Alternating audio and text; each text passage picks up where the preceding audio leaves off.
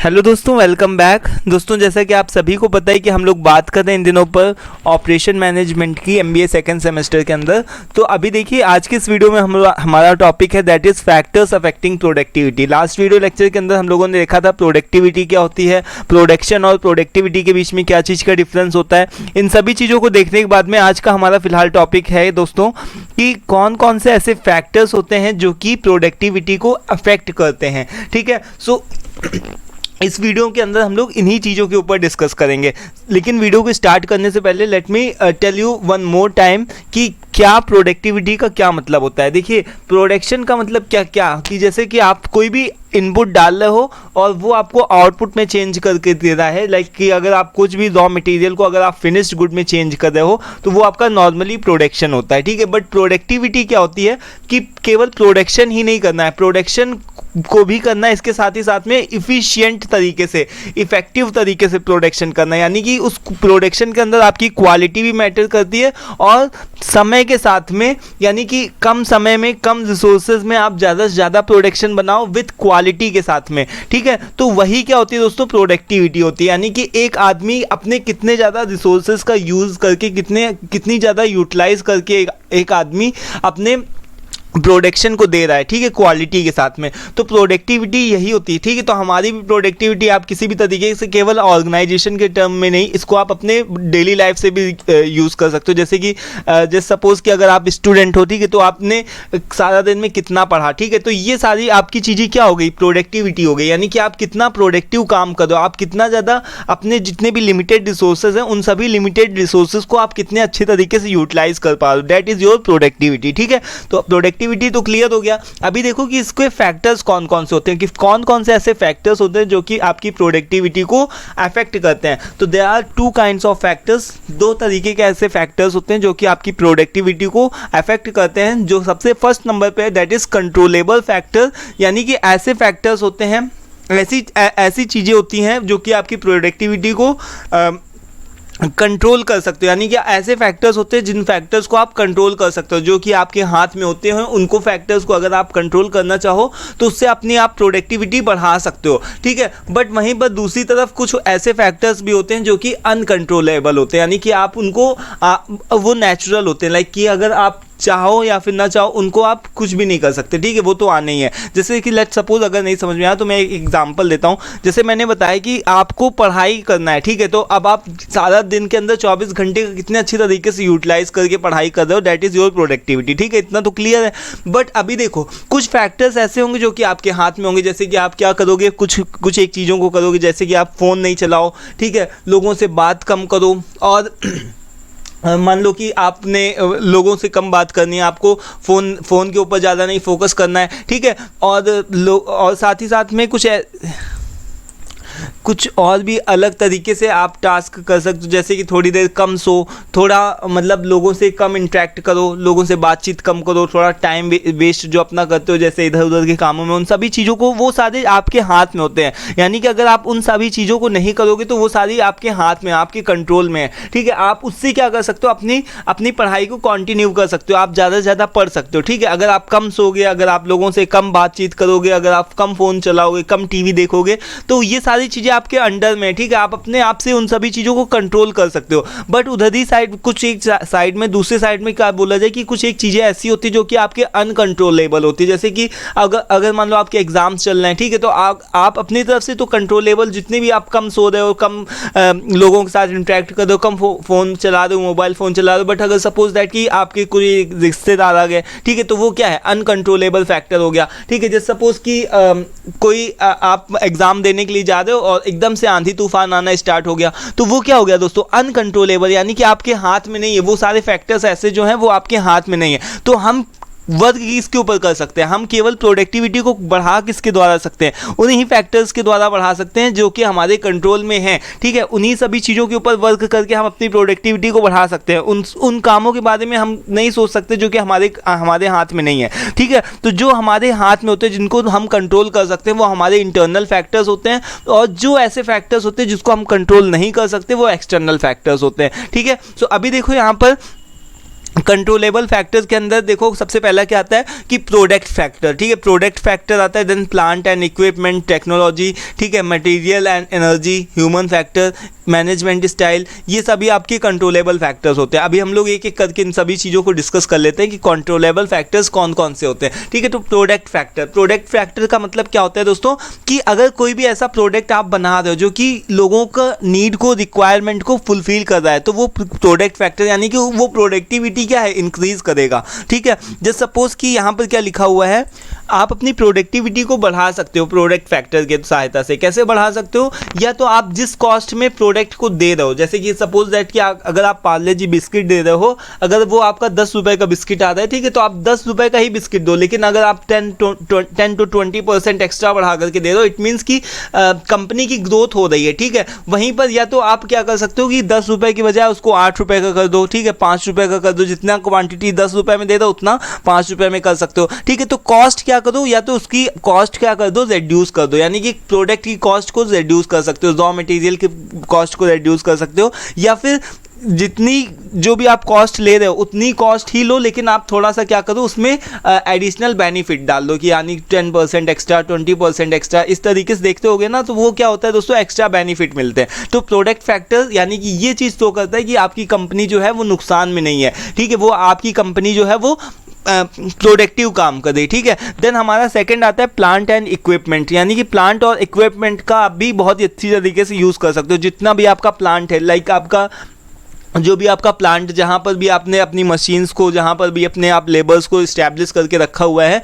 अगर आपकी मशीन्स ज़्यादा देर काम करेंगी, 24 घंटे चलेंगी, तो वो बहुत ज़्यादा देर तक की आपको बहुत सारा आपको प्रोडक्शन तैयार करके दे सकती है। वही अगर मान लो कि आपने खूब महंगी महंगी मशीन्स तो लगा ली, लेकिन अगर आप उन मशीन्स को बहुत ही कम उन सभी मशीन्स से बहुत ही कम काम ले रहे हो, ठीक है, केवल 1-2 घंटे के लिए या फिर 8 घंटे के लिए चला रहे हो 24 घंटे के अंदर, तो वो कम प्रोडक्शन देंगी, है ना। तो यानी कि जो कि आपके पास में जितने रिसोर्सेज है, प्लांट हो चाहे वो इक्विपमेंट हो, उन सभी का बेस्ट यूटिलाइज करना है, ठीक है। उन सभी चीज़ों का मतलब उन सभी जो भी आपके पास में रिसोर्सेज है, उन सभी चीज़ का बहुत ही अच्छी तरीके से यूटिलाइजेशन करना है, ज़्यादा से ज़्यादा, जिससे आपको बेनिफिट मिले। आपका प्रोडक्शन ज़्यादा होगा तो आपको बेनिफिट भी ज़्यादा मिलेगा। देन टेक्नोलॉजी, टेक्नोलॉजी से मतलब क्या होता है दोस्तों, अगर आप नई टेक्नोलॉजी, मॉडर्न टेक्नोलॉजी का यूज़ करते हो, ठीक है, तो उससे भी प्रोडक्टिविटी बहुत ही ज़्यादा बढ़ जाती है। जैसे कि बहुत सारी ऐसी चीज़ें होती हैं, जैसे कि MIS, अब जैसे सपोज कि अगर हम एक एग्जांपल दें, तो अगर आज के टाइम पर देखते हो कि जो भी HR डिपार्टमेंट होता है, तो वो क्या करता है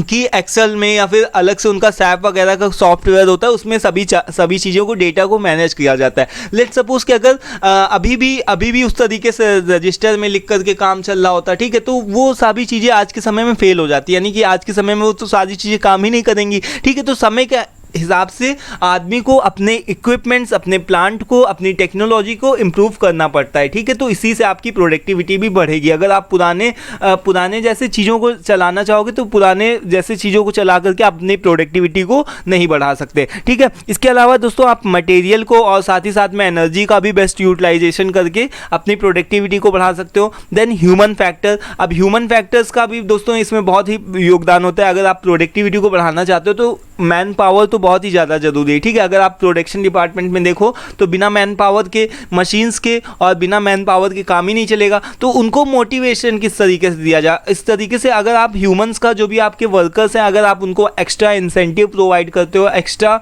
कुछ एडिशनल बेनिफिट्स प्रोवाइड करते हो, तो इससे क्या होता है, ह्यूमन फैक्टर्स के अंदर एक तरीके का मोटिवेशन आता है, उनको काम करने के लिए अंदर से मोटिवेशन मिलता है, उनको लगता है कि हाँ चलो काम किया जाए, ठीक है। बट अगर आप उनको कम सैलरी दे रहे हो, ठीक है, तो उससे क्या होता है, वो लोग डीमोटिवेट होते हैं और काम में उनकी क्वालिटी, वो लोग कर तो लेंगे काम, किसी भी तरीके से करेंगे, बट वो क्वालिटी के साथ काम नहीं करेंगे, ठीक है। तो ह्यूमन फैक्टर्स अगर उनसे मन से काम करवाना है तो इसके लिए आप उनको ट्रेनिंग दो, ठीक है, एजुकेशन प्रोवाइड करो, ठीक है। इसके अलावा इनके एटीट्यूड के ऊपर भी ध्यान दो थोड़ा सा, और इंसेंटिव्स वगैरह पे भी ध्यान दे करके आप उनसे प्रोडक्टिविटी को गेन करवा सकते हो।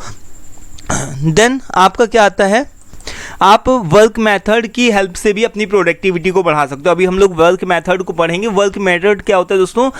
वर्क मेथड के हेल्प से आप क्या कर सकते हो, अपने जो भी टाइम होता है, जैसे कि जो भी साइकिल टाइम होता है, जिस भी तरीके से साइकिल टाइम, जैसे कि अगर मान लो कि कोई भी आप काम कर रहे हो तो उसको अगर आपको करने में 10 मिनट लग रहे हैं, तो किसी भी तरीके से उसी काम को, सेम काम को करने में किस तरीके से 8 मिनट लगे, तो ऐसी कुछ ना कुछ टेक्निक ढूंढनी पड़ती है। ठीक है, तो वर्क मेथड के हिसाब से भी आप अपनी प्रोडक्टिविटी को बढ़ा सकते हो। अब जैसे कि सपोज मैंने बताया कि 10 मिनट का काम अगर आप 8 मिनट के अंदर कर रहे हो, तो इसी तरीके से अगर एक आदमी भी 8 मिनट के अंदर करेगी तो कितना ज़्यादा टाइम की बचत हो रही है। ठीक है, तो इस हिसाब से भी अगर आप कम समय के अंदर बहुत सारा काम कर सकते हो, तो इससे आपका प्रोडक्टिविटी गेन होने में हेल्प होगी। देन मैनेजमेंट स्टाइल, मैनेजमेंट के स्टाइल का क्या कर सकता है? मैनेजमेंट स्टाइल भी कंट्रोलेबल फैक्टर के अंदर आता है।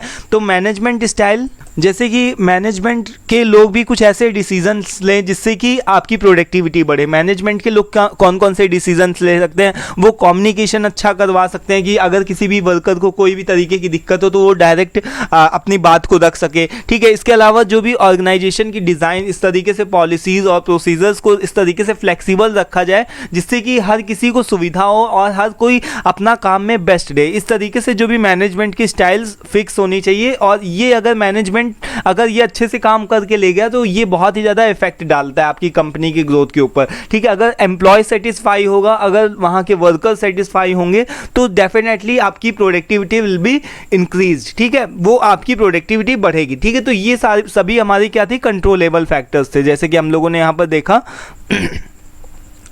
यहाँ पर से हम लोगों ने क्या देखा? कंट्रोलेबल फैक्टर्स कौन कौन से हैं। ठीक है, तो कंट्रोलेबल फैक्टर्स के अंदर हमारे ये सारे फैक्टर्स आते हैं। अब हम लोग कुछ एक ऐसे फैक्टर्स को पढ़ते हैं जो कि हमारे कंट्रोल में नहीं होते, वो हमारे हाथ में नहीं होते, वो कभी भी ऐसे ही आ सकते हैं। तो नेचुरल रिसोर्सेज, नेचुरल रिसोर्सेज का मतलब कि अब जैसे कि सपोज दैट कि नेचुरल रिसोर्सेज में, जैसे कि आप मान लो कि कोई भी हमारे पास में कुछ भी ऐसा लाइक कि हमारे पास में कोई भी नेचुरल रिसोर्स कम होने लगा, पानी की कमी हो गई या फिर कोयले की कमी हो गई। ठीक है, तो इस तरीके से जो भी नेचुरल रिसोर्सेज है वो हमारे हाथ में नहीं है। जैसे लैंड की मैन पावर हो गई, लैंड मैन पावर है। ठीक है, या फिर raw materials plays are crucial role